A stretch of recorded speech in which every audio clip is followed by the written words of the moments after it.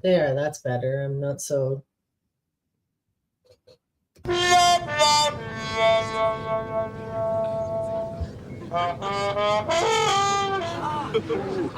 All right, Commander, you've got until your next birthday to get that right.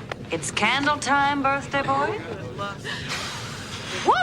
All right. So what did you wish for, Will? Music lessons.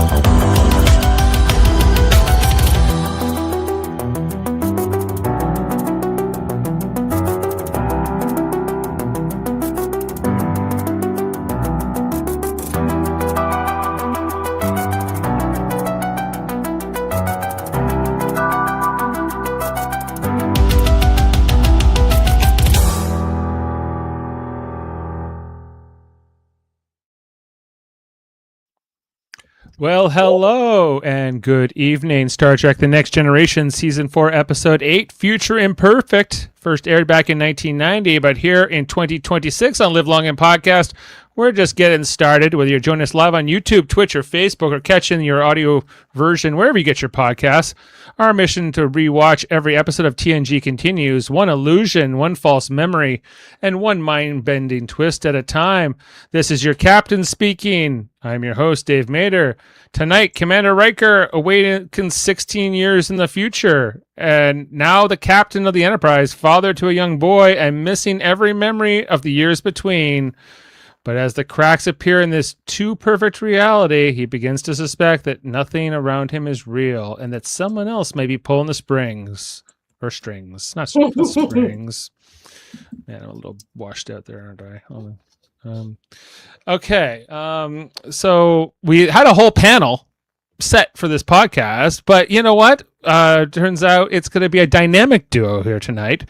Myself and my co-captain here. She's tuned into every emotional beat, the shock of Riker's sudden future, the tenderness of his scenes with Jean-Luc, and the unraveling dread as the illusion collapses when the story plays with identity, memory, and longing. She feels every ripple. It's Heather Narduzzi. Please address me as Mrs. Minuet Riker. Or Min, just to throw us Min, off. just Min. Just Min. If you're nasty. It's not mid, so that's something.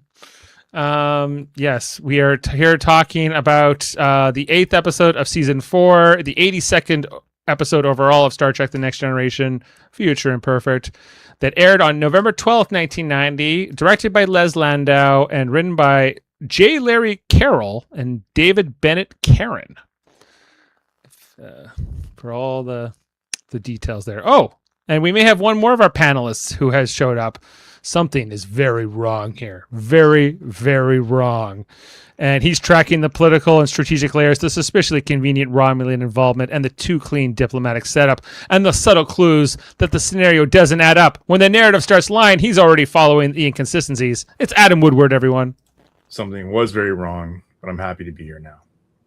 Well, welcome. I hope Maybe it's fixed. Probably like the computer was lagging if you asked it a question or anything. You know, Jody's running a diagnostic, so.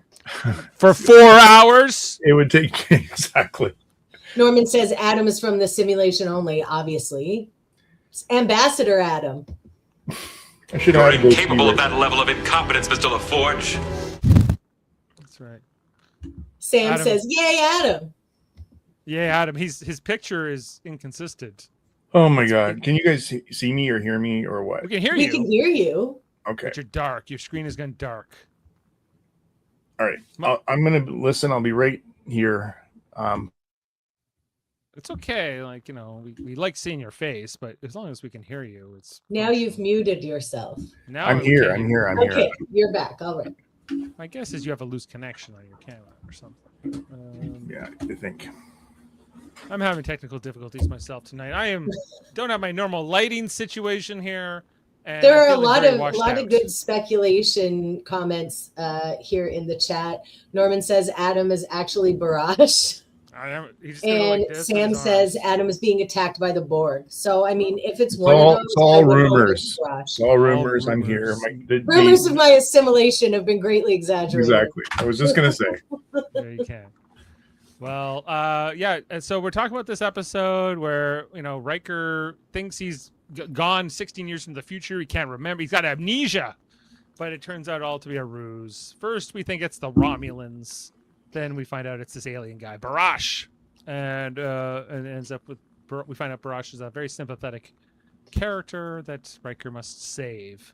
And I get, as much as I want to start with you, Heather, I think I need to start with Adam, because he's always ragging on Riker. He's become Is it Adam or Mirror Adam tonight? Well, we're gonna find out right here, because we'll see what he says about was Riker annoying you as much in this episode as he has been for the last couple seasons. I really wanted to find him annoying me. Actually, he didn't annoy me as much as normal.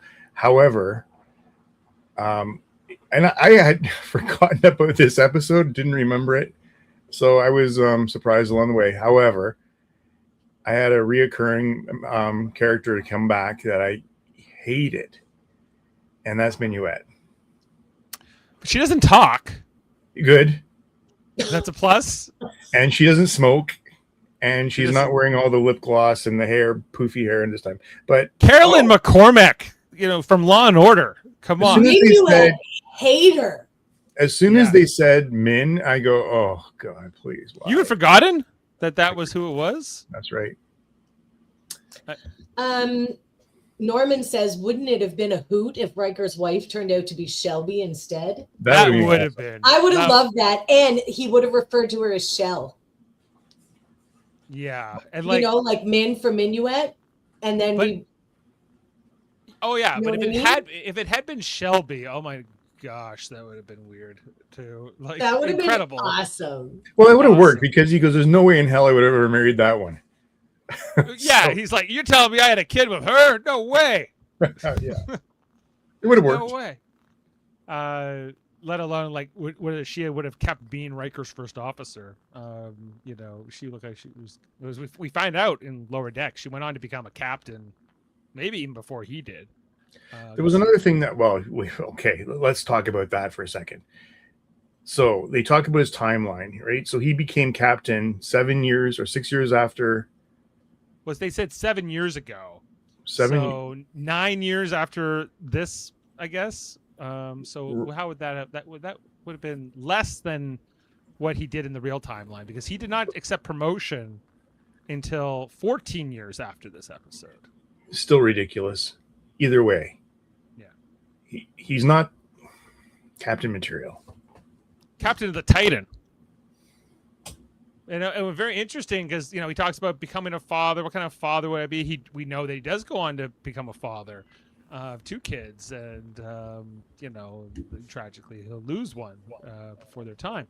But, but he didn't name the son Jean-Luc in that timeline. They keep pulling the captain's chair out from me, and it never sits down. Sits down. Heather, I'd like to ask you what you think of this episode. I love this episode. This is one of the ones that I often put on to go to sleep. I really like this one. I just think it's fun, and I love Riker, as we know, and I think it's a great idea for an episode too, how he's like slowly figuring out that something's not quite right, and that the clues are there.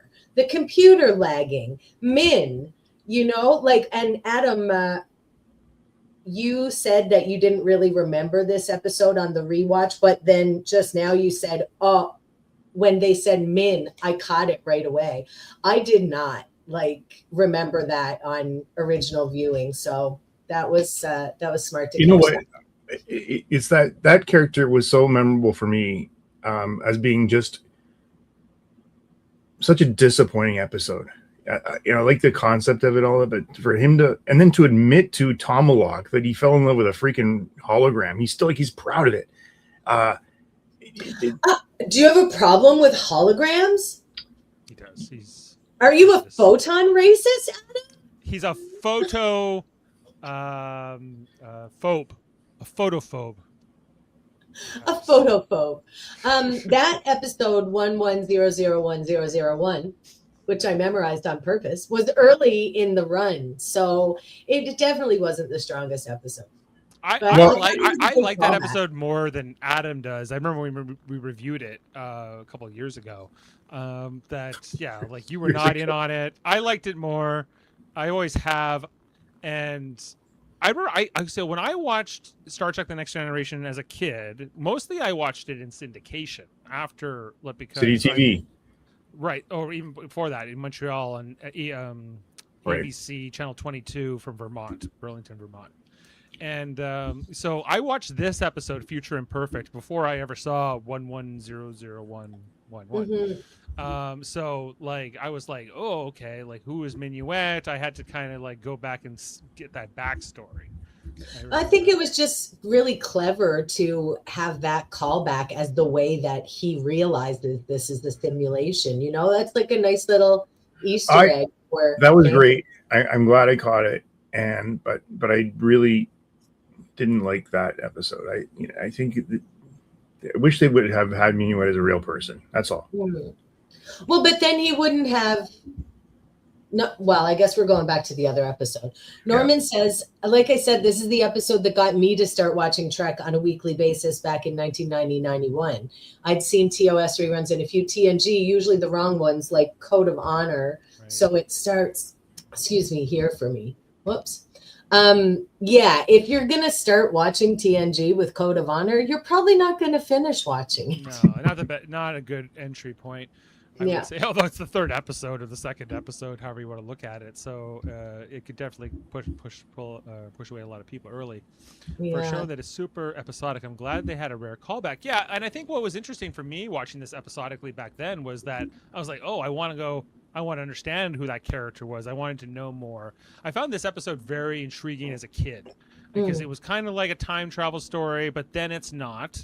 You know, it turns out to be this big illusion. And what I think I really appreciated about this story when I watched it back then was that it was like, oh, no, this is all an illusion. And we think that it's the Romulans who are doing it. But then there's sort of like, there's a name for this, right? Where like there's the second misdirect. And like, oh, no, there was actually like an illusion inside the illusion. Red herring. A red herring. I think is the word you're looking for, Yeah, and that I was like, like the reveal's not even the reveal? That blew my mind, you know, at 10 years old or whatever it was. So definitely liked it more as a kid, I think, because I was watching it again, I know where it's going. So I'm watching it a little bit differently this time. And, you know, it's okay, although Riker is so grumpy in parts of this. He's like, what do you mean? I've lost my memory. You know? Right. Well, and I don't really like how they aged everybody either. Like it's only 16 years. Like particularly Troy, they took all her makeup off and made her pale and sallow-eyed and whatnot. And then Beverly had like red rims around her eyes and that grandma haircut. She had that streak of gray in her hair, like she was. Yeah, that's how they make women look older on the cheap. They're like, we'll just give you a frumpy haircut and take off all your makeup and put dark circles under your eyes. There, you're old. And we don't have to do any makeup work. With the men, they mostly just put streaks of gray, like in Riker's beard. He just has these weird looking streaks of gray. Worf too, but Jody LaForge, he looks as young in this as he does in the previous, you know. In Roots. Well, maybe we can chalk that up to the young fella's computer simulation not having enough RAM to seriously age everybody up. Perhaps, yeah. He can't keep up with all this. Like, no, it's hard work. It's an imperfect science. So we are going to talk all about this. We're running through the screenshots. We were supposed to have Jody Simpson with us, but I think he either forgot or he fell asleep. Or maybe he hates this episode and he didn't come in. Maybe. I don't think. No, that wouldn't stop him. No. No, That's true. If anything, That's that would true. motivate him. So let's jump into Future Imperfect and everything we saw in the episode. And I love the opening scene. I think probably that's part of the reason I like this so much. I like any episode where they play music. Some music at the start. The captain's log is basically like they're on a routine mission near the neutral zone, even though that could be scary. Nothing really has been happening, and now they're having a little celebration. And we start off here with Commander Riker's session in the 10 Forward Lounge. They're all huddling around him, like ogling his. Oh, Will, horrible... play the trombone, please. Play the trombone with a mute, but which is like I'm making it a little bit wow wow wow. If we want to hear a little bit of it, it's why are you guys such haters? He's playing the trombone on his birthday, and his friends are spectating. Did you hear it? It's meant to sound like that. Oh, sorry, Commander. Play, and then they're coming off here, and they all cringe. Oh God, play it again. The best line in this episode is said by Troy. Some things improve with age. Maybe your trombone playing will be one of them. Yeah, I was like, what a bird. Some things improve with age. Maybe your trombone playing will be one of them. Yeah. May or maybe not. Perhaps not. That aperture doesn't quite get better, does it? I actually did learn the trombone in high school because Riker plays it in this show. I chose That's that. so sweet, Dave. That's so nice. I never knew that about you. There's a fun fact about Dave. Fun fact about Dave. Fun fact. Inspired trombone players around the world inspired by Jonathan Frakes. This will come up again in Second Chances with playing Nightbird. Yes, it will. Another episode I love. Yes. So he's having his birthday cake. They're all having a good time. They're making him laugh. What do you want for your birthday? Music lessons. Ha ha ha ha ha. Now I don't want to steal your thunder, Adam, but fun fact: this was an outtake. He forgot his line, and she's looking at him. If you see Troy's looking at him, he says it, and then he remembers and says, "Like, see how she's looking at him." And then he says music lessons late, and they all laugh. And that was an outtake, and they kept it in because it's so genuine, like all of them laughing together. I love that fun fact. Oh, that's fun. That is fun. Thank you. Yeah. So then up on the bridge, we got Picard and Data, who are meant to attend this party, but they, I guess, were, someone's got to get to keep the ship flying. So they were about to head down. Just then, Lieutenant Buzzkill says, "Hey, I got some weird readings over here. You better take a look. This is definitely not my problem. It's your problem, senior officers." And they're like, "Okay, better take a look." And so they do a scan, and basically Data finds something weird. Like there's a rumor of a secret Romulan base around. So they're going to need to go check this out. So Riker gets called. The birthday party gets ended early. They're not having a cellular peptide cake with mint frosting, but though it is got some similar characteristics. It made me miss Deanna's cake, the Deanna cake. The Deanna cake, yes. Yeah, I like that. So anyway, they head down or to the bridge to look at the readings. What could it be? We're not going to know until we go down there. Worf knows what's up. It's Romulans. It must be Romulans, which is part of the whole misdirect here.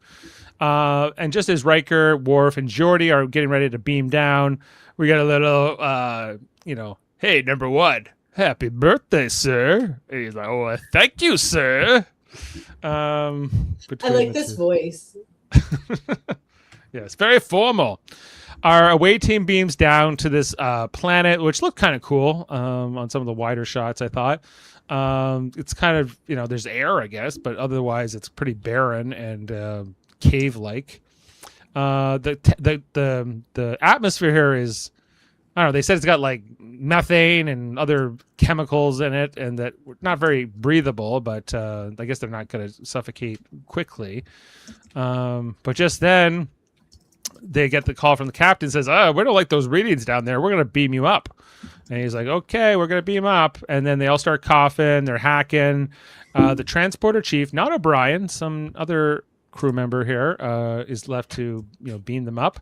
But there are interference. There's something interrupting the transporter signals, and they're trying to get through, but she cannot beam them up. And we see several times here where Riker is materializing and then dematerializing, and so on, as something's interfering with him here, and that leads into a transition, a bright transition that then comes into his point of view from his point of sight, and we're seeing that here. It's like, oh, Riker, you're waking up, Doctor, please come. And we see we hear Dr. Crusher, and then she emerges here in sickbay, which looks a little different. We see these screens hanging from up above.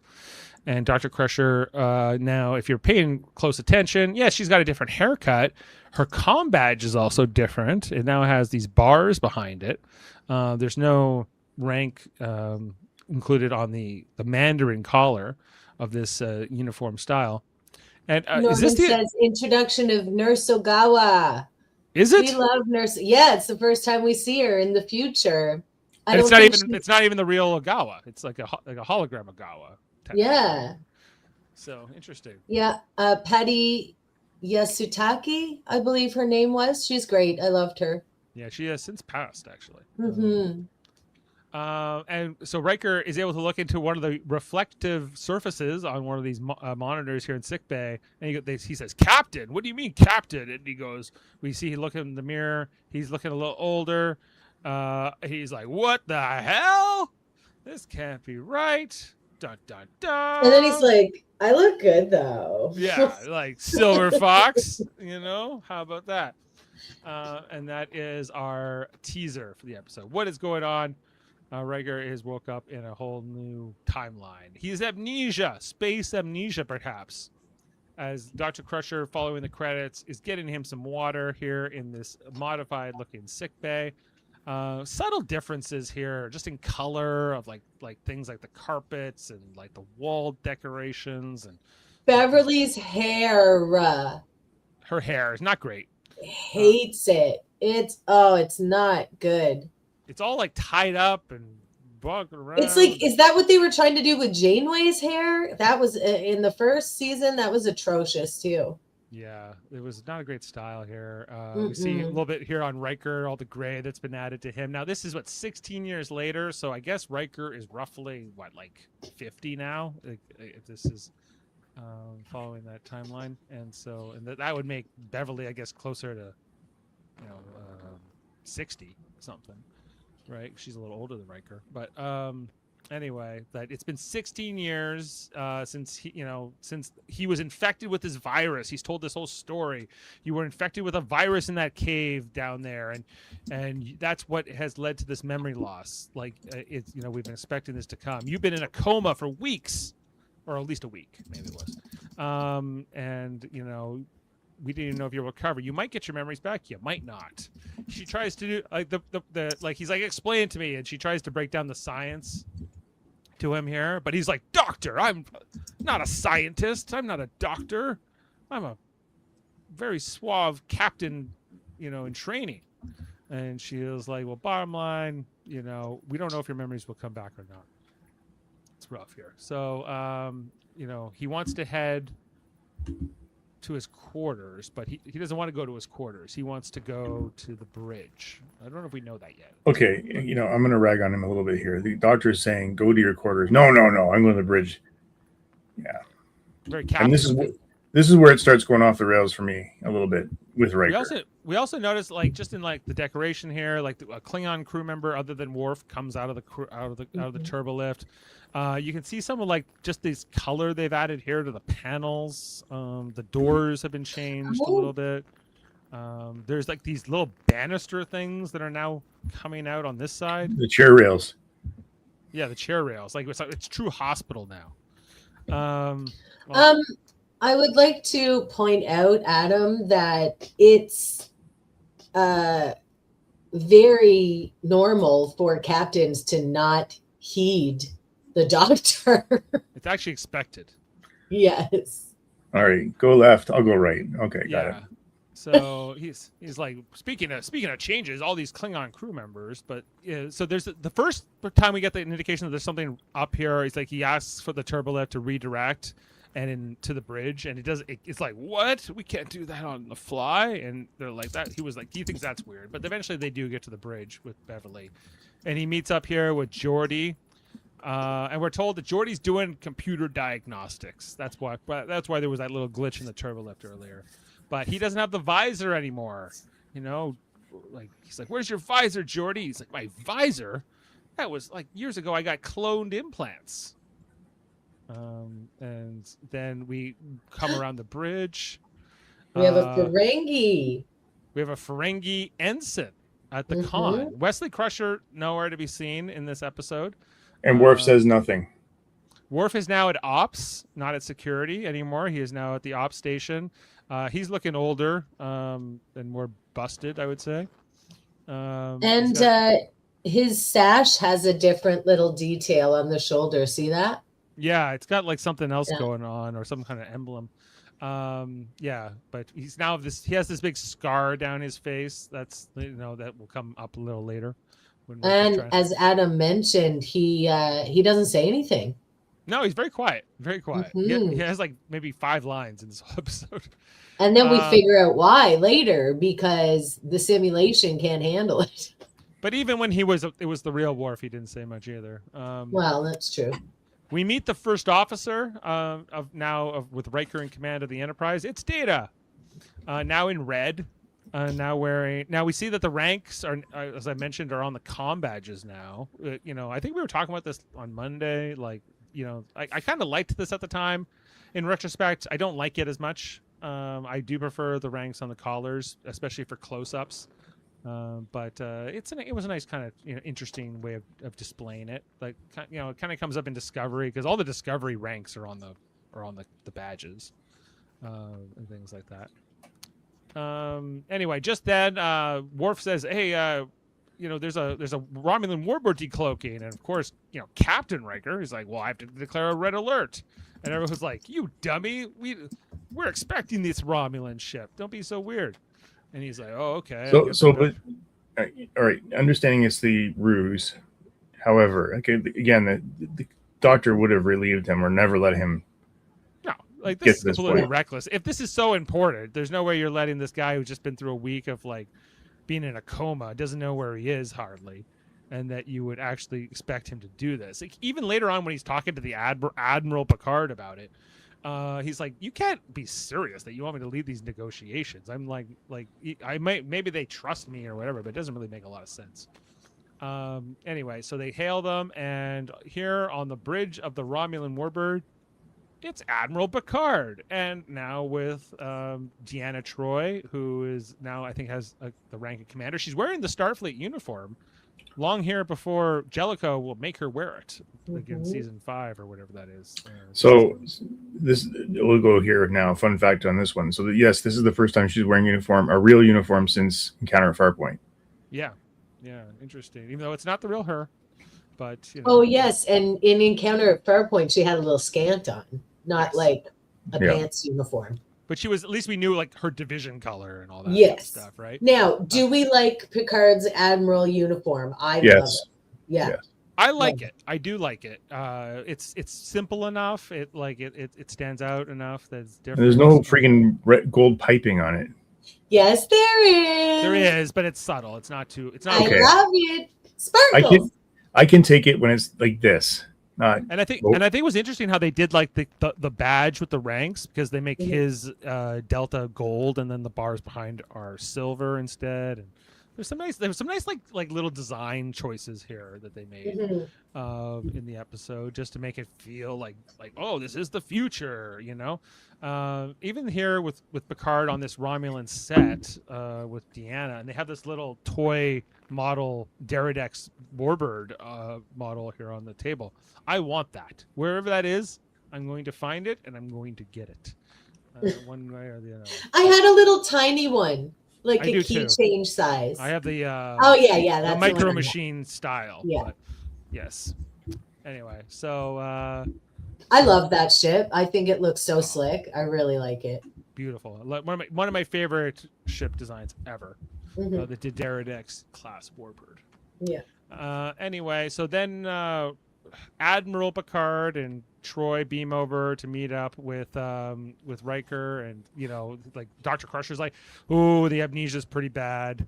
They go to the conference room to talk more about it, where they're like, 16 years of your life, that's pretty bad. anyway, and Riker's more like, forget all that. Why are you on a Romulan ship? What is going on? Why are you an admiral? And Picard's like, listen, 4 years ago, you saved the Romulans, and it led to this whole trust thing, and now we're negotiating this new peace treaty, and everything's going great, and it's all thanks to you, Captain Riker. So we need you to finish off these negotiations. And he's like, what? I can't do that. Like, that's crazy. Like, I'm not the person. Like, I am not fit for duty. And the Admiral says, tell that to my goatee. What do you think of that? Do we like Picard's goatee? No. No. Too much of a mirror. And he's got longer bowl cut or whatever you call it. It's just, it looks like bad wiggery. It's not good.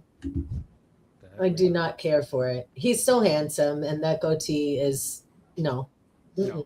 Don't need it. Don't need it. Anyway, so after that meeting ends, Riker, says, okay, I hope I don't find any more surprises today.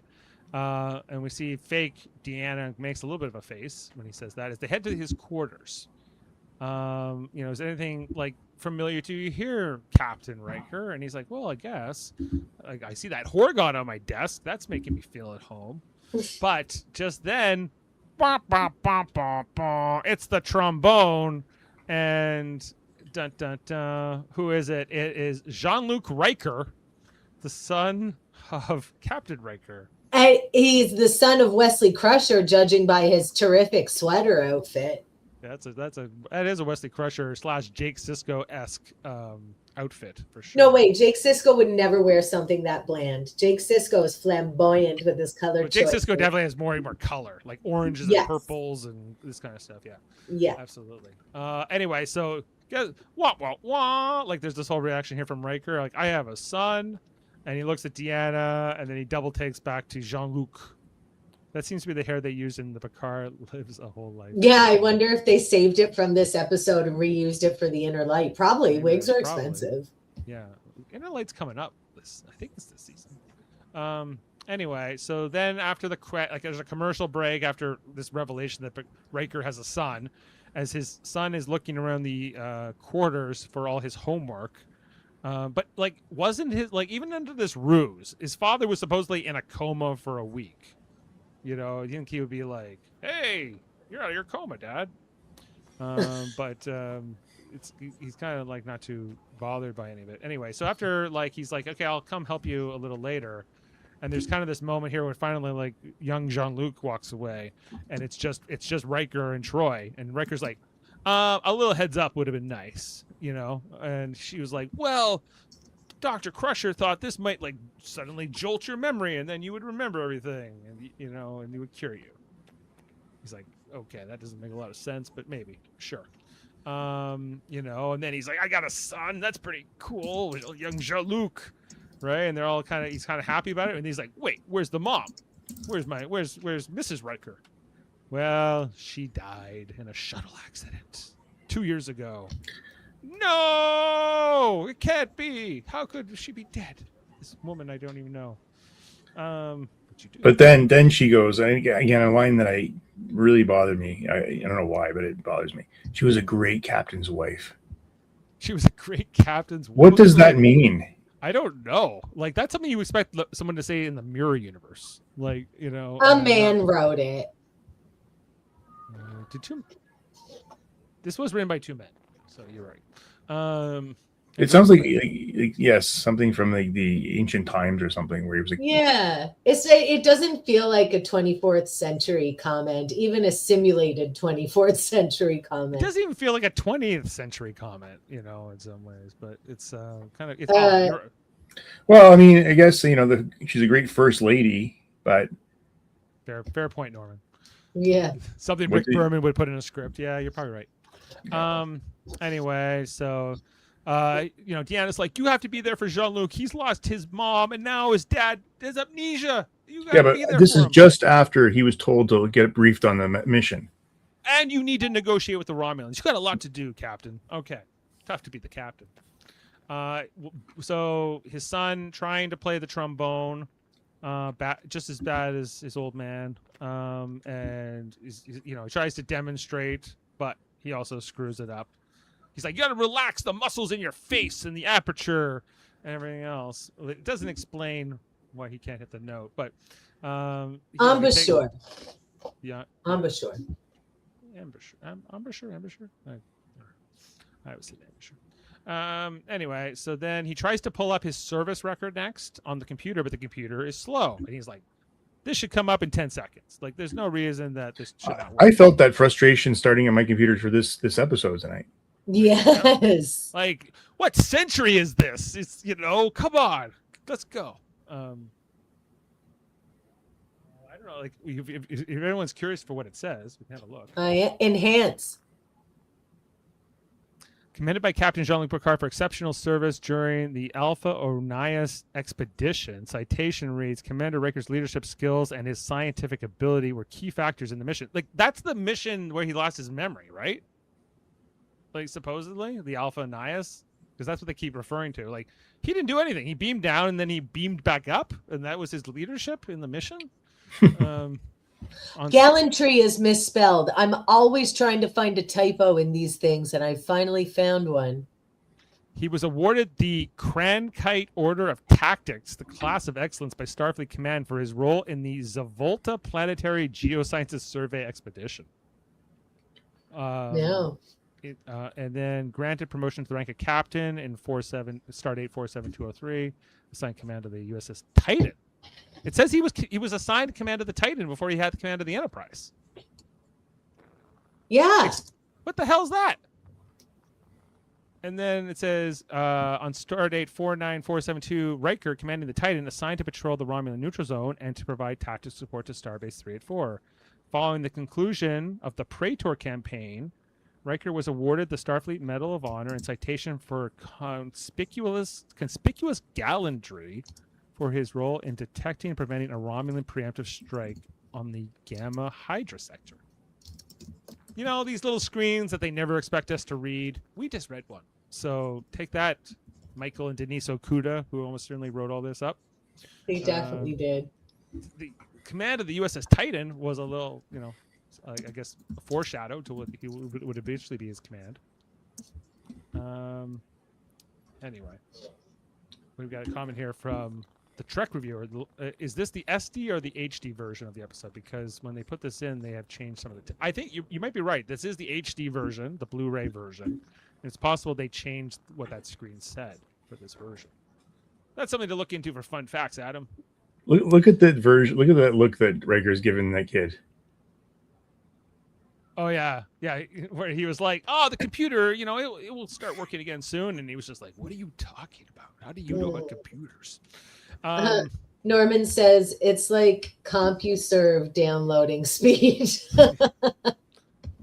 Dave, you wouldn't remember CompuServe because you were born in 1995 or something. But 83, but yeah, same thing. Enough. Yeah. So then we got Riker, Picard, and Troy. They're heading to meet the Romulan ambassador. Who could this Romulan ambassador be? And he materializes. It's Tomalak from Babylon 5. And Riker is given stink eye to Ambassador Tomalak from the minute he materializes. He's, who let this Romulan on our ship? Every time we met this guy, he's been crazy and wanted to kill us. Riker's got the worst poker face ever. He's supposedly good at poker. Like, even if he's supposed to accept all these, this whole premise of like, okay, you are helping to build this peace with the Romulans. This is not. He knows better than to do this. But I think this is to establish for the audience, especially for younger kids. Dave, we can't hear you. Dave, is your a bad connection on your mic or something? Testing. No, you've dropped right down.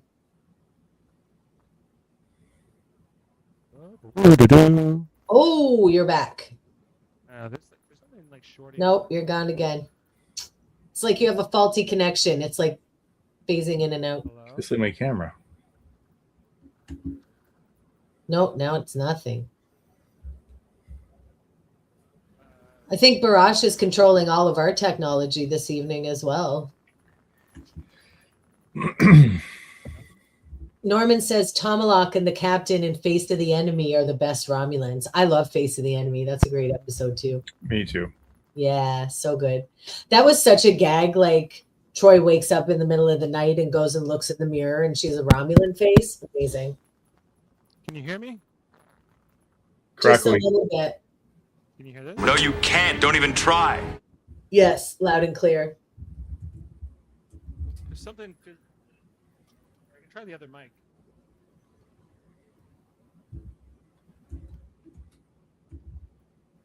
Any better? Yep. There you are. All right, we'll go with this one then. Sorry. All right. Tomalak from Babylon 5. Andreas Katsoulis proves Babylon 5 is the best. He was also the one-armed man in Fugitive. He also was that too, yes. But most notably, Jakar on Babylon 5. Most notably. Notable to whom, Dave? To me and to all Babylon 5 fans everywhere. All Well, there was a Babylon couple. 5 fan. the That's millions, not true. There was a maybe few billions of us out there. There was a few on Monday's podcast. That was really That's right. We're out there. True. That is true. The truth is out there about Jakar, his definitive performance, the performance of his life. It's not Tomalak, it's Jakar. Anyway, we got to keep this moving, but Riker, he's like, how could we let Tomalak come on board? And Troy's like, come on, that was years ago. He's so much nicer all now. All those deaths that he caused. All those deaths, how he threatened to bring the hull of the Enterprise back as a trophy to Romulus. That was just a joke. That was, come on, bygones be bygones. And they're heading up there in the turbo lift. Riker's like, I might be willing to make peace with the Romulans, but this Romulan, really? That scene, go back one. Just like I could just hear the elevator music playing while they're sitting there. Babylon 5. Anyway, that's probably what they would say. Although this is before Babylon 5 even premiered. Anyway, so they come out onto the bridge here, and I think Tomalak's like, I don't think a Romulan's ever been allowed to walk around the Enterprise. Like, this is pretty credible, and Worf doesn't even care about it, so that's nice. But just then, like, Riker's like, I need to have a special meeting with Picard and Troy right away. Data, like, show Tomalak around, okay, and give him the tour. Which they go is like, hey, have you ever seen these monitors? They got sensors. No. Anyway. What he showed him was, this is how we detect you guys when you're cloaked. This is how we detect you when you're cloaked. Yeah, giving away all these secrets. And then they're meeting here with Riker and Picard and Troy, and he's like, they want to find out where Starbase 21 is, or 23 or whatever it was, like our special base. And Picard's like, come on, that's outdated information. They don't give a damn about any of that. Like they're just here for peace, and we need you to make it happen. What do we think about Riker's version of the Ready Room, which has got this huge amethyst geode in it behind him? I feel like we saw that before. I want to say in a Lwaxana episode. Oh, maybe, yeah. Yeah, I feel like we've seen it before. And how about Riker's painting? Riker is into energy crystals.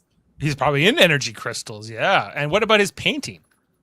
It's not as cool as Picard's painting of the Enterprise. I can tell you that. I think it's so weird that Picard just has a painting of the Enterprise in his Ready Room on the Enterprise. Well, and even I don't know if I have a shot of it, but on Riker's desk he has a model. I don't have a shot of it, but it's a model of like a Nebula class starship. I'm like, why does Riker have that? Did he ever have it? Did he serve on a Nebula class? Go forward again. Yeah, the one Yucca that they keep on the ship, and they moved it into the Ready Room. The Yucca they plant. keep the plant. Yeah, I see that plant in so many episodes, like stuffed into the corner of rooms and everything, and I'm sure it's the same one. Like, are we ready to hit action, Mr. Director? Not yet. Get me a plant. No. Somebody get the plant. Get the yucca. Yeah. Get it in there. Anyway, but Riker is then called away to an emergency meeting in sick bay because his son has been injured and he needs to come down right away. Jean-Luc Riker. I'm sorry to interrupt. That's another clue that they were leaving for us, that this isn't quite right, because every time Riker starts to get suspicious, something happens. He's called to sick bay for his son. There's an emergency with, I forget what the other thing was. You know what I mean? Like there's always something to like sort of like before he can realize there's something weird happening here or this isn't right. He's like he's misdirected. He's called away. Yeah. We find out that his son Jean-Luc Riker has been playing Parisi Squares. They did keep that same Parisi Squares outfit, which Daddy Riker is not happy about. He's like you're at your age you could have broken your neck, and then Beverly pulls him aside and says, how old were you when you started playing Parisi Squares? This most deadly of games. And he's like, I was probably younger than him, actually. But it's different, which is kind of a whole trope here. But parent advice from fake Beverly. Riker's mind is manifesting this. And, this could be that he respects Beverly as a parent, so he would take advice from Beverly, if he were to become a parent. You can maybe make your own judgment calls there based on Beverly's propensity to run off and have Jack Crusher without telling anybody. But anyway, then we got so Captain Riker then reunites with his son and says, I'm not so mad at you, son, for the whole, nearly killing yourself in Parisi Squares. Come on, let's go and I'll take care of you. I'm going to show you how good of a dad I can be. And he's like, hey, I feel really sorry about you losing your mom and me not remembering anything. And, we're going to make memories together. We'll make new ones together here. And we've seen like Riker trying to like live up to being a dad and putting aside all of this stuff with the Romulans and everything else that's going on. That's now what matters to him. He talks about his relationship with his own father, how when his mother died, his father really wasn't around very much and how that caused some strain. So he doesn't want to repeat those same patterns. They even, as they're walking to the quarters, they're like, hey, you want to go fishing together? This place, fish some creek or something. And he's like, oh yeah, I've been there so many times. Can't wait to go fishing with you. Curtis and Creek. They get back to the quarters. Riker's, so he's got the Horgon and then he has like a torso with titties. Yeah, I guess this is some kind of art, but it's, kind of suggestive. Hey, if you're raising a kid in your quarters, you got to just stay who you are, right? You got to keep your own decor. True. Trek Reviewer says maybe young Jean-Luc should have been playing Ambo Jitsu instead. Well, that would have been good for them to have a emotionally loaded father-son sparring bout. That would have been something. He's like, I beat up my father in Ambo Jitsu once, and now you have to do the same to me. Or never have my true approval. So anyway, Riker or Jean-Luc here goes to change out of his Parisi Squares outfit. And as he does this, Captain Riker, as he is, he's like, call up, the family record. I want to see the family memories that I've had here with my family. So we see some videos, fake videos, I guess, hologram videos of him and Jean-Luc. Filming? I guess Minuet. The computer. And then he says, can you show me Mrs. Riker, please? And they're like, what? We weren't expecting you to ask for that. Then young Jean-Luc shows up. Well, as we know, Jean-Luc is Barack, who's kind of, pulling the strings of this whole illusion. So he's always there to kind of say, is that what you're looking for, Dad? There you go. Let's pull up the record. And again, more of Riker wrestling with Jean-Luc, because that's what fathers and sons always do. They always wrestle with each other. And then we see Mrs. Riker show up. It is Minuet. It's Carolyn McCormick who played Minuet in that episode, and she more notably played the psychiatrist on Law and Order, who I really know her from that. On what? More notably, was she ever on Babylon 5 though, Dave? I don't know if she was on Babylon 5. I don't think so.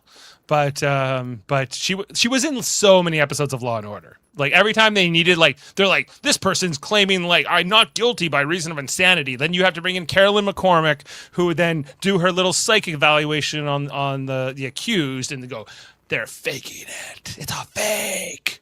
That was always cool. Interesting here. She's another birthday is being celebrated.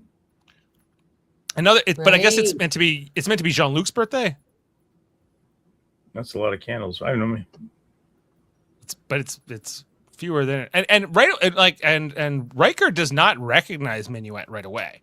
Like he's looking at it and go, okay, I guess that's your No, mom. because look what she's wearing, and she has mom hair on, and it's just no. This is not the minuet he fell in love with in the holodeck. She's missing the red dress. Horrible hair on the holodeck. Yes, let's not forget. It's worse than that. It's better than this hair. Yeah. So get some kisses here and everything else, and then like I don't know, they're waving to the camera here. I guess the drone camera they presumably have.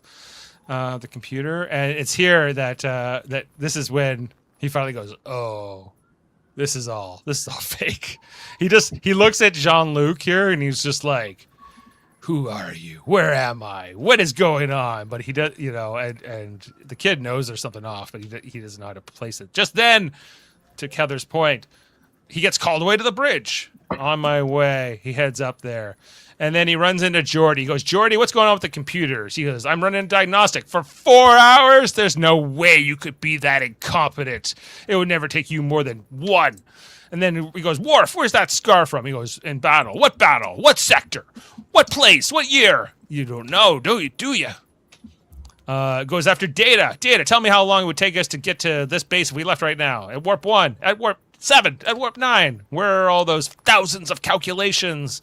And Data can't say it, but then Data uses a contraction, which really enforces the idea here to Riker that this is all off. Picard and Tomalak and Troy show up, and he tells him to shut up. You can shut up and stop talking. Shut up. Beg your pardon. I said shut up. As in close your mouth and stop talking. Shut up, all of you. I'm not putting up with this ruse any longer. And there's this moment here where, like, they used to do this in TV shows where there's going to be this, like, holodeck reveal or whatever. You can obviously see that Andreas Katsoulis is on a green screen, across from the rest of them. Although they do have Worf kind of imposed in here in the foreground a little bit. And then they disappear. And, the set is revealed. The first misdirect, the first red herring, I guess, as Riker is revealed to be in a massive Romulan holodeck. After the credits, they use this little light device to remove like his old age makeup and his new like. It looks like a stapler. It looks like a stapler that they like stapled some plastic around. Hold still. We're gonna take off your gray makeup. You're with a stapler that lights up. It probably is a stapler with some lights on it. And brings back his rank. Like when they couldn't even feel his rank. He couldn't even like if they were just holographically taken away. You think you would know. His comm badge changes. You can get rid of my gray hair by doing this. You can do it just by using the light. That's how it works. That's so you got to get a stapler at him, and you could just de-age yourself. Where's it? I've got one somewhere. Anyway, then Tomalak's, what was it? How did you figure out our ruse? He's like, well, one thing, the computer wasn't working very fast. He's like, well, we have to scan your brain and then make it up, and it's hard with humans. And then he goes, what else? Minuet. Like, there's no way I knew she was fake because she was never a real person in the first place. He's like, it can't be. You were in love with her. You know what? Sorry, you know that comment there, Alpha says, sure, Riker gets into fake realities a lot. Because he can't act in the real series. They have to give him stories that may work for him. All this Riker hate. Yeah. Poor Riker. What a misunderstood character. I used to love Riker. He used to be your guy. I know. Now he's like the butt of leader. Oh my god. Yeah. Then fake Tomalak, I guess, puts Riker into a cell with a boy. He's like, he's not the real Jean-Luc. You've never met him. We used his image to create the kid for the simulation. And he gets locked in here for a minute with the kid who is now called Ethan. And Ethan's all timid and scared. And he's like, I'm not going to hurt you, kid. Come on. What's going on? How long have you been here? He's like, man, my parents were running like this outpost on the neutral zone. And then the Romulans captured us and they took my parents away. And it's like the sad story, blah, blah, blah. What are we going to do? Then Tomalak comes back. It feels like a couple minutes later. And he wants to know where Starbase 23 is. Like this, I'm like if Riker didn't know this was fake yet, like, just the way Tomalak is acting here is not consistent with Romulan interrogation tactics, I would say. I don't think they lock you up for 2 seconds and then come back 10 seconds later, necessarily. But, Riker's not talking. Then Jean-Luc, or Ethan, I guess, he runs off And then Riker has to act man of action. He punches Tomalak. He takes the disruptor. He's able to mount this daring escape from the cell he was in for a couple seconds. Kills a couple Romulans. Maybe he doesn't kill them. Maybe he just stuns them, but they're fake Romulans anyway. Heads in. They hide into this little vent thing because Ethan had earlier said, I was able to escape for a few weeks and then hide, but when I came out for food, that's when you continue to use the paper the office supplies there with a paper clip. Yeah, use the paper clip to just keep the grate on. There's no way. They're only 8 episodes into the season and they already blew the budget. They're using staplers and paper clips now. They're like, we have no money left. Go get that stapler off his desk and put some lights on it. It's going to be now a transformative thingy. Anyway, so then they're trying to get into the grate here with Ethan and Riker, but they can't get in. And then we come back after the commercial break and they're scanning, but the scan doesn't even pick them up. And Riker's like, that doesn't make sense. They should be able to scan us. And the kid's like, no, there's stuff in these rocks. They can't detect heavy metal. He's like, look, I have a little map and we can go to the shuttle bay and we can maybe steal a shuttle. And Riker's like, that's a bad idea. How about we just get to the communications device, blah, blah, blah. And this is where Ethan gives himself away. He's like, no, only Ambassador Tomalak can use it. And this is where Riker goes, no, that doesn't make sense. Tomalak was only an ambassador in that simulation that you were supposedly not in or had no knowledge of. So this doesn't make any sense. And the kid tries to, misdirect or backtrack, but it doesn't work. Riker kind of knows he's still in an illusion at this point because just then Tomalak shows up and he wants answers and, he's ready to play rough here, but Riker's not playing down. He knows that Ethan is behind it. And just then Tomalak and all the Romulans disappear once again. And the simulation again comes down. The second time you realize it's a simulation inside a simulation. And we get a little bit more to the truth here. Ethan, admitting that he was sort of the only person that was real all along. Back on the Enterprise, we see that they are finally able to detect Riker once again. They picked up his signal. They're like, hey, let's go down. Scooby-Doo episode. It was you all along. Yeah, exactly. You got away with it too. If it was for you nasty kids. Anyway, he's like, hey, we're going to beam you up. And Riker, then he wants answers. Why did you kidnap me? Why did you put me in this simulation? Why all this? And he tells this story about how his family, his species were in a war and they were being hunted by those people. And his mother and him they fled here and they set this up. And he said they would never stop hunting her. So she had to kind of give herself up so that her son, Barack here, could be free. And he explains the mind scanner devices that exist inside this place that can be used to give you whatever you want. But even though he could live inside the simulation, he wanted someone real. That's why he brought Riker here. He wanted despite being able to get or create whatever he wanted, it wasn't enough. He wanted some semblance of reality, and that's why he brought Riker into this. And so after a while, he reveals his true form. He's not a young boy, but he's one of these aliens from X-Files. Shitty alien. Like, talk about their budget being used up. But, at least he looks really different. I like his fingers. Yeah. I'm glad that he's still wearing the sweater. This was not much better than TOS. A TOS episode. It feels like an original series Alien, doesn't it? It does, right? Yeah. For sure. They were doing some interesting things with the eyes, like them blinking, kind of weird colors and stuff. But yeah, it was a little rudimentary. But it only has to be on camera for like this last scene, so I guess it doesn't really matter. That's why they had to use staplers and paper clips for props. They were like, okay, we're spending all the money on the alien at the end. Go to Staples and get us some office supplies. Yeah, and that just we can reuse in our offices. Riker's like, okay, kid, or Barack, let's beam you out, or two to beam up.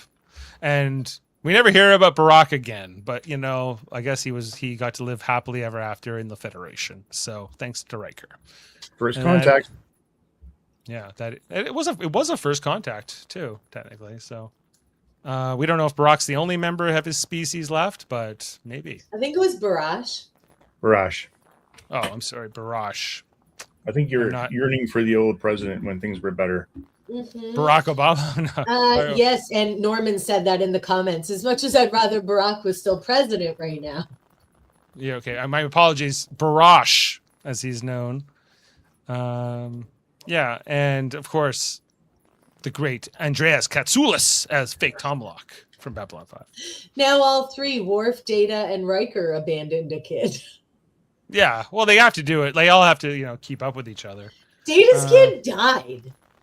That's not abandonment. He didn't make him good enough, or her good enough. Yeah, that's a good point there. That is a cruel take on one of the most beautiful and touching episodes in all of Star Trek. And you're like, well, he fucked it up and she died. Maybe they're not referring to Lal. Maybe they're referring to another kid. Yes, that's certainly possible. So, okay. Well, fun fact us, Adam. I want sexiness. I want fun factiness. Dave, just pull something I put in the Facebook chat there a picture that I really think was actually a nice picture, because we really rag on Gene Roddenberry, but there's a great photo of him there from this episode. Give me a second. Sexy fun facts with Adam. How much Riker hate will we have?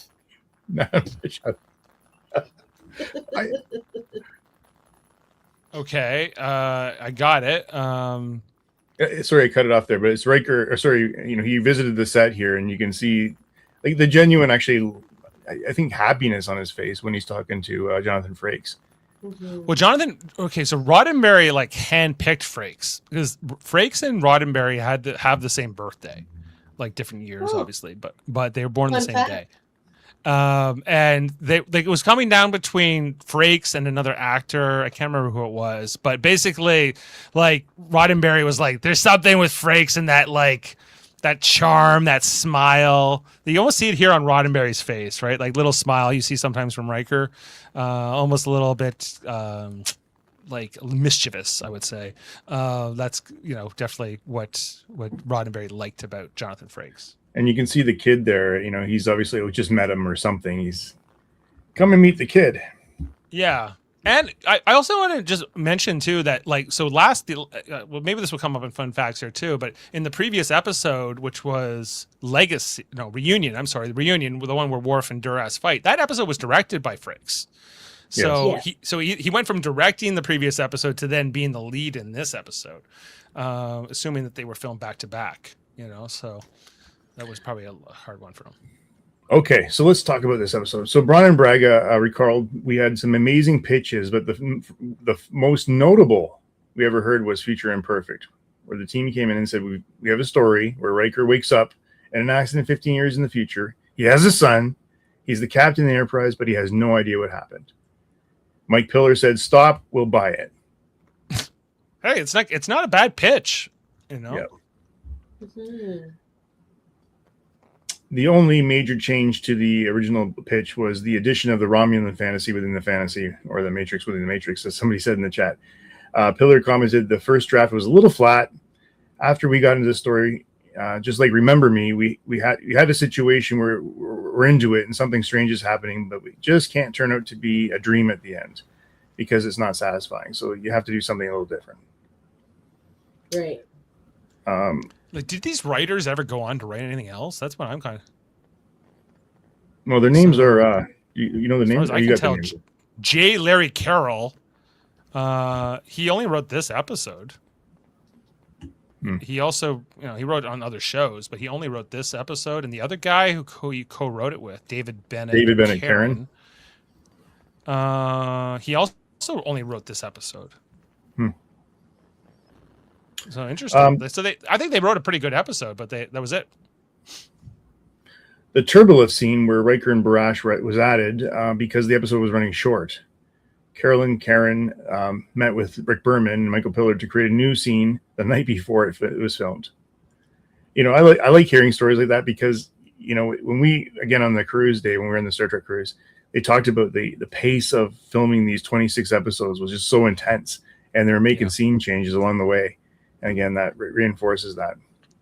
And there's always these rules too with the unions, the writers unions, and like who can do what and how what you can make up on the fly and what you can't, and it's pretty rigid in a lot of ways too.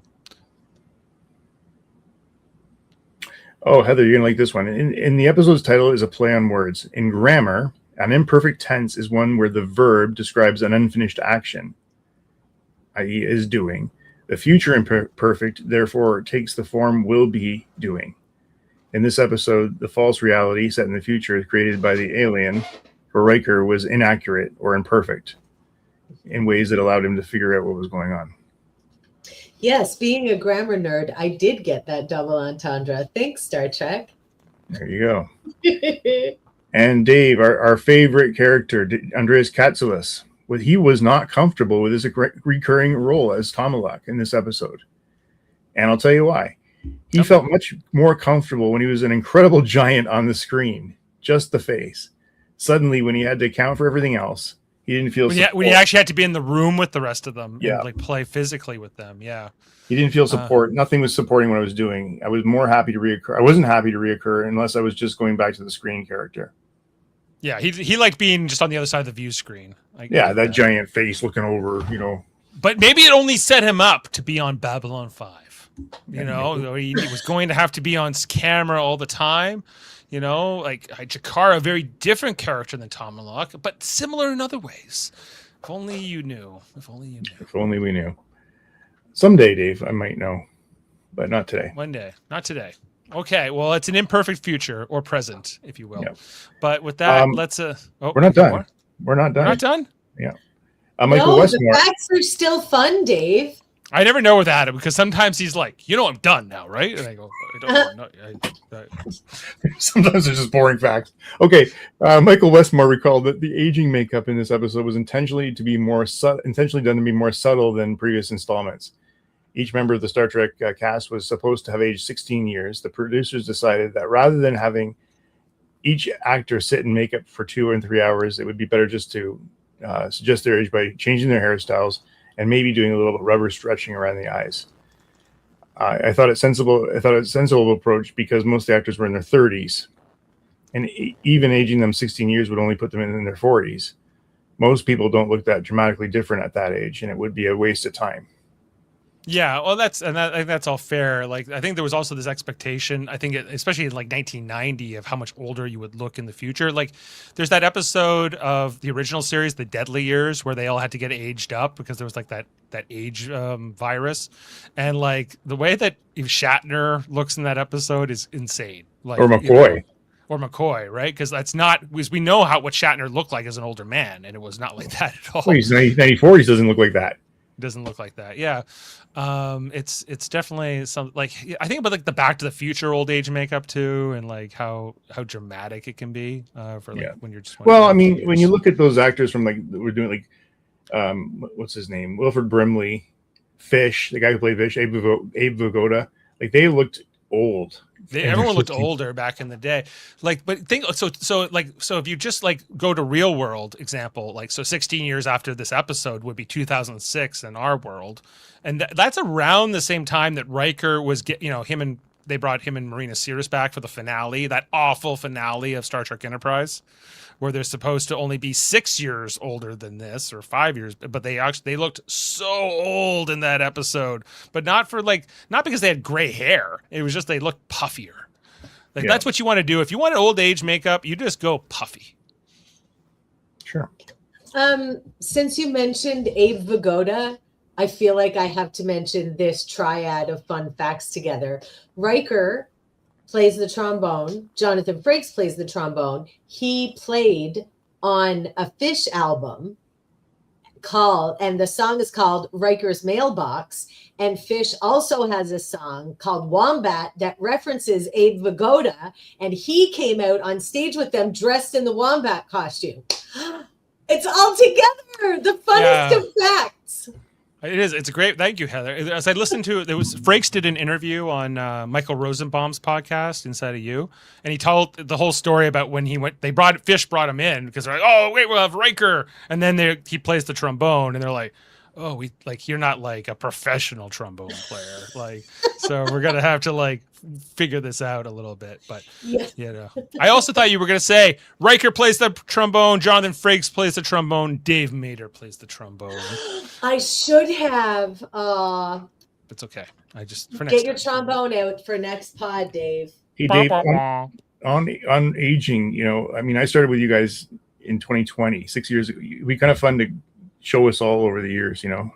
Yeah, we do need to go back to 2020, Adam, compare. Not just me, everybody who has been here for a long time. But okay, one more, guys. I'll just leave it here. But Gates McFadden did wear a wig during season 4, but in this episode, her own hair is actually seen pinned up with streaked with gray. That's her own hair. Yeah, the color is slightly redder than the wig she wears during this season. They took her beautiful, beautiful natural hair and they pinned it up like that and put a gray streak in it. What a crying shame. And they make her wear a wig is the more confusing part for me. Like the reason that they have her wear a wig for, I think, 4 of the 7 seasons is because it's hard on your natural hair to be heat styling it and all of that stuff all the time. So she would wear a wig kind of as a protective style for her own hair. But I've seen a tweet from her before where she says it's her own hair in seasons 1, 6, 7, I think. And she wasn't on 2 and it was a wig for 3, 4, 5, if I'm not mistaken. But I didn't know it was her real hair in this episode. That's a good fun fact. And now we have a fun fact request. Fun fact trivia. Who has the most posters on this panel? Probably it's Adam. not me. It's not me, although I do have 3 more up here that you can never see. Depends what you consider a poster, but yeah, they're paintings. Like I have a lot of stuff, and like Adam's been into this room, Heather, you have not, like, and so you know there's a lot on the walls here, but Adam's got a lot going on there too. I've not been invited to the captain's private quarters. You are invited when next time you're in Ontario. I have a lot, but I branched out, you know, onto my other kind of loves in science fiction. Here you see, where am I here? I like the Doctor Who here. 900 Years of Time. Space. I've never met anyone who wasn't important. And then, of course, my quote from Blade Runner. You know, all those moments will be lost in time like tears and rain. I love that quote. So yeah, and then of course Battlestar, which we are going to do someday. We got to do Battlestar Galactica. One day. We also have to do Babylon 5 one day, but we'll have to wait for that. So, okay. Well, thank you, Adam. Are you done? Yeah, let's get into ratings. I don't want to. No. Thanks, Dave, for asking this time. We're done. No problem. Okay, everyone, let's get to ratings and our scores for this episode. I do have all 3 of you, or both of you, 3 of us, I guess, represented here, because I sometimes have to unhide the columns. Man, I'm bright tonight. Okay, jeez. All right. Well, the score for Future Imperfect, everyone. I'll go first. It's not a 10, but it's pretty good. It doesn't hold up for me as strong as it did when I was a kid. But I think I'm 8.5 for this. This is a strong episode. Adam? I don't really love it. 6. Tough crowd. Okay, Heather. Tough crowd. I love this episode. This is a 9 for me. It's just one that I really like. It has a lot of components that I really like. Are there plot holes? Sure. Are there maybe things that are a bit out of character for some characters? Yeah, maybe. But I think it's really fun. It's an original idea, and I just like it. 9. Well, thank you, Heather. We're averaging a 7.8 here. We got a 9 from Norman. Oh, sorry. 9 from Norman. And a 7 from Stargazer. Nice. Solid ratings. If Sam's still with us, let us know what you think, Sam. All right. Well, I think so that wraps up Future Imperfect. Not so, or maybe a little imperfect for Adam, but, not horrible. Looking ahead to the next episode here on Live Long and Podcast that we'll be covering of Star Trek The Next Generation. It is called Final Mission. I like this episode a lot. In this episode, after learning that he finally has been accepted to Starfleet Academy, Wesley Crusher welcomes Picard's invitation to accompany him on a away mission that could resolve a mining dispute on an arid world, but following a shuttle crash and a near disastrous search for water that leaves the captain near death, Wesley finds himself charged with the weighty responsibility of keeping both himself and Picard alive until a rescue team can locate them. So look out for that. Right? Yeah. Jim says it's an 8 because there's too many twists. I like twists. Yeah. What's wrong with twists? Well, everybody's entitled to their opinion. No twists. I only want a max of one twist. Beyond that, it's just excessive. Anyway, so yeah, we got Final Mission. Now we also have Star Trek: Strange New Worlds apparently starting up in July. So we are starting to look ahead to that and figuring out how we're going to balance our other shows. It's 5 more weeks, right? So we got to figure it out. But if you didn't know, right now on Mondays we're covering Firefly. There's about 14 episodes of Firefly we're going to be running through. We may have to put that on hold eventually when Strange New Worlds comes back into our lives.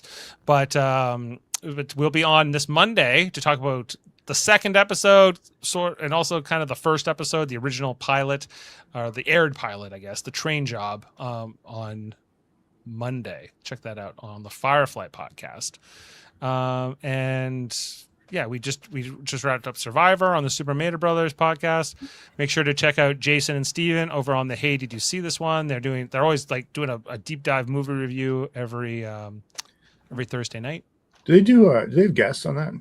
Oh yeah, like I've been on it a couple times. Let me just have a quick look at what they're doing tonight, because they've already started. I know. But if you go on that show, Adam, you better be ready for like a marathon, a 5-hour podcast about one movie. It's kind of incredible. So yeah, tonight they are talking about The Cabin in the Woods with their special guest Graham Pass, who actually I was on with Graham when we talked Wrath of Khan some time ago, which was a lot of fun. So yeah, check out those guys as well. I'm a fan of this one too. I think Stargazer was talking about Final Mission. Oh, Final Mission. Yeah, I'm looking forward to Final Mission, and like it's kind of sad because Will Wheaton leaves the show officially at this point. But we'll get into some of that. I think that will come up in. I don't know if there'll be fun facts, but we'll talk. No, I was going to say there are definitely some not so fun facts about that and about his treatment at the hands of Rick Berman, especially.